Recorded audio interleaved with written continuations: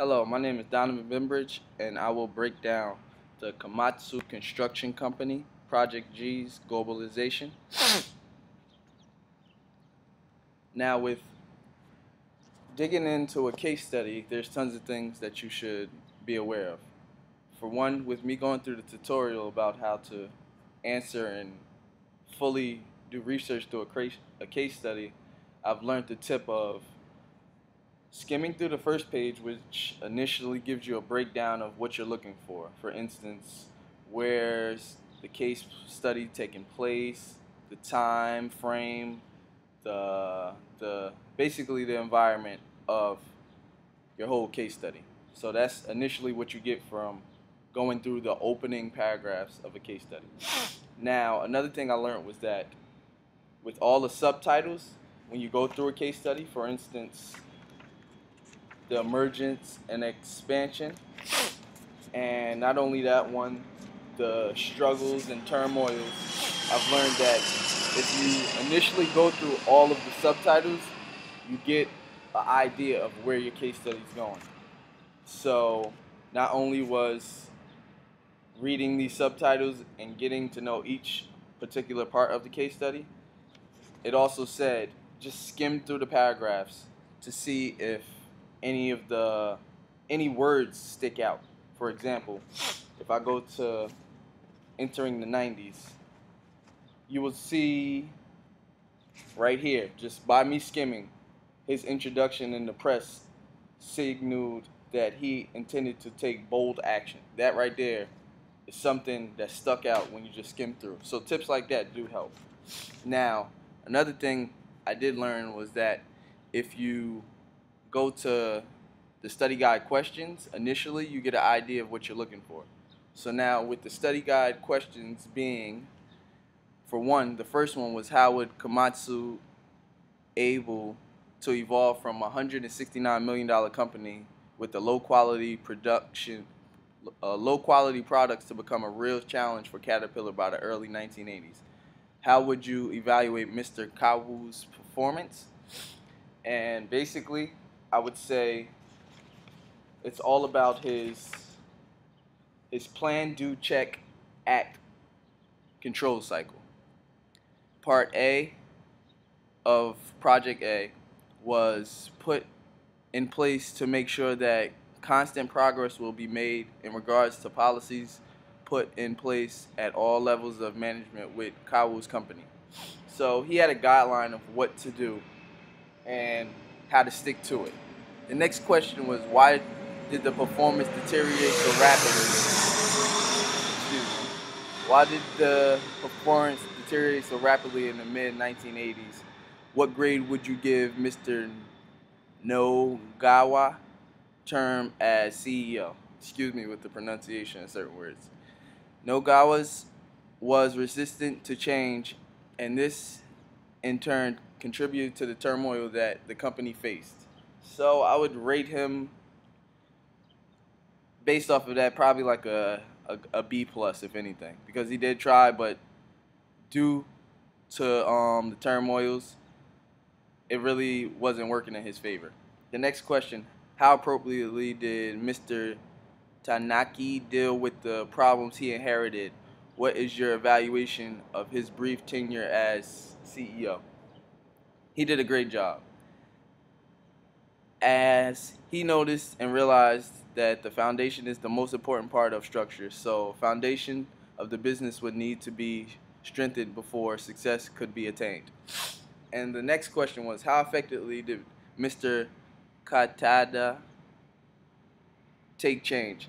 How would you assess his new visions for the company, his new strategy, his new culture and behavioral objectives? What grade would you give him and his performance? His style of management encouraged conversation from all those involved instead of working in a top-down management style. So he got everyone involved basically when it came to, you know, his way of handling the problem. It wasn't just the people up top take initiative, they do everything. He basically got everyone's feedback, which was beneficial because you actually get to understand how other people feel about certain things, and you can contribute that into handling a problem better instead of just dealing with everything up top. The discussion of new ideas was critical, although the concept was new to Komatsu. He also encouraged debates over Komatsu's future. I will give him an A for his performance as he recognized that it is sometimes necessary to open up the ways of thinking instead of relying solely on old methodologies and policies.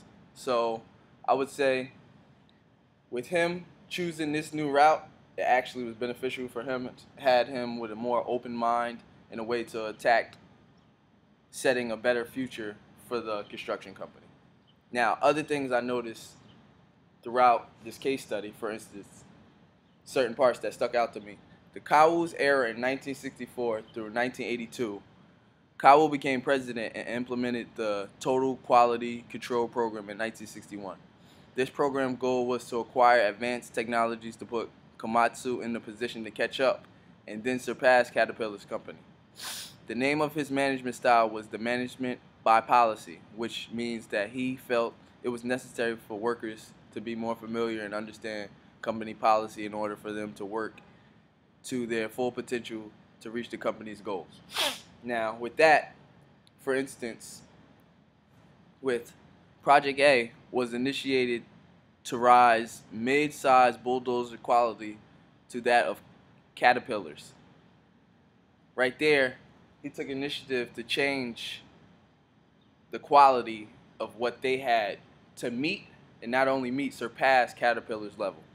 The Do Plan Check Act was put in place to make sure the constant progress was being made in regards to policies put in place at all times of management within Kawu's company. Project A movement had much success. There was an increase in sales and market shares of Kawa's went up from 50 to 65%. He introduced a 5-year World A plan. Every year throughout the 70s plan and initiative were put in place in the attempt to surpass Caterpillar. Next, I noticed in the No-Gowa era in 1982 through 1987, Nogoa took over presidency in 1982. He focused more on aggressive cost-cutting tactics instead of shifting focus on overseas market. He introduced new strategy goals that focused on faster production and expansion of the non-constructual industrial machinery business. With the change in the value of the yen, Nogoa was forced to internationalize production more rapidly. The middle term strategy called for making more marketable construction equipment through increased R&D spending.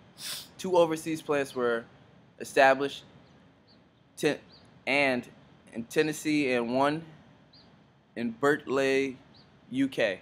Sorry about my pronunciation. Nogoa didn't embrace these 2 plants fully into Komatsu's strategy because they were struggling at the time. So they didn't want to bring on more problems. Nogoa was resistant to change, and this in turn contributed to the turmoil that the company faced. The Tanaki transition from 1987 through 1989. Tanaki became president and said that most policies would stay the same, but their implement would be a little bit different. He decided to fix the problems in the domestic market before moving on to large initiatives. He ended price discounting and high-pressure sales. His efforts contributed to the creation of Japan's Construction Equipment Manufacturers Association. His strategy of restoring order from the bottom up improved things greatly for the company. He pursued internationalization much more aggressively than Nogowa. He had a number of initiatives to reduce the exposure of the yen in Europe. The company entered a 50-50 joint venture with dressers. The joint effort allowed them to produce the most Major construction products included hydraulic excavators, bulldozers, wheel loaders, and dump trucks. The major change of controversial as the previous philosopher of the company was to keep the mind centralized, but this could change his strategy was beneficial. With Katata, Katata leadership, Katata worked through Komatsu's rank in personnel, labor relations, and corporate planning. He worked for the company for 36 years. Instead of having a defensive approach in his management policies, he took the offensive.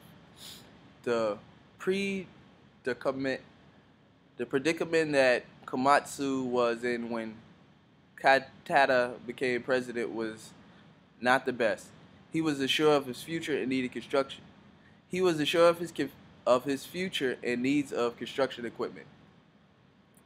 So the things he did, he challenged the old philosophies of the company and said that Komatsu would have to focus more than construction equipment because of the stagnation within the company.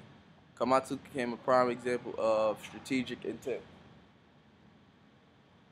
His strategy of management encouraged conversation from all that involved instead of working in top-down management style. The discussion of new ideas was critical, although the concept was new to Komatsu.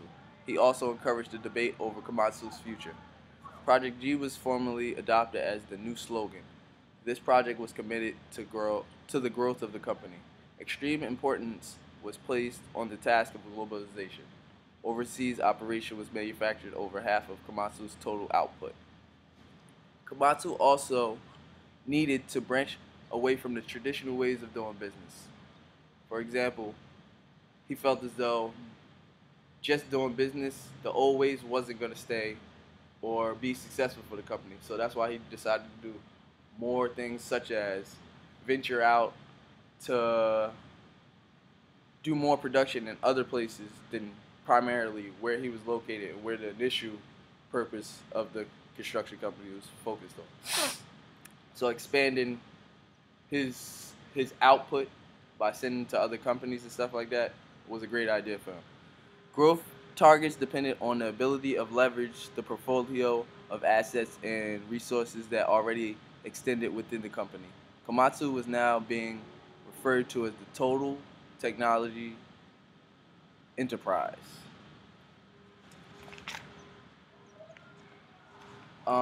There were more things to this case study. For example, tons of quantitative data that I could have went over, but you said I'll go over that separately because I wouldn't have time to do that. So I just want to leave you off of based off of all the things I read besides the quantitative data, and that's me breaking down the case study.